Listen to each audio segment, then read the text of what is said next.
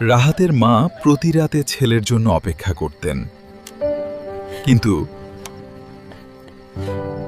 বাবা কিছু বলতেন না।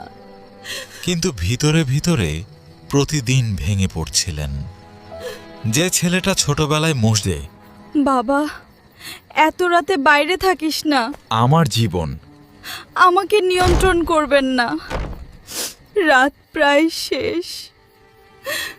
চারপাশ নিস্তব্ধ, শুধু ঠান্ডা বাতাস আর একাকিত্ব। ঠিক তখনই ভেসে এলো ফজরের আজান। আল্লাহু আকবার। জীবনে 1000 বার আজান শুনেছে, কিন্তু আজকের অনুভূতি ছিল সম্পূর্ণ আলাদা। তার পা যেন নিজে থেকেই মসজিদের দিকে এগিয়ে যাচ্ছিল। আল্লাহ, আপনি কি এখনো আমাকে চান? হুজুর, আমার মতো গুনাহগারের জন্য কি ক্ষমা আছে? আল্লাহর রহমত থেকে কখনো নিরাশ হয় না বাবা।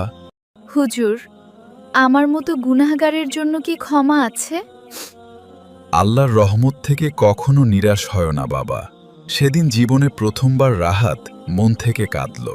হে আল্লাহ, আমি অনেক ভুল করেছি। আমাকে মাফ করে দিন। আজ থেকে নতুন জীবন শুরু।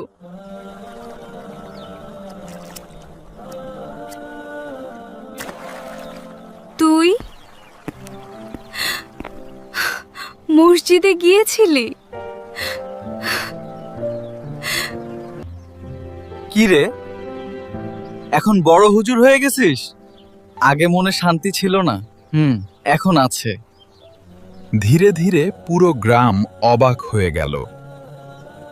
রাহাত সত্যিই বদলে গিয়েছিল। একটি আজান, একটি সিজদা, একটি সত্যিকারের তওবা একজন মানুষকে অন্ধকার থেকে আলোর পথে ফিরিয়ে আনতে পারে।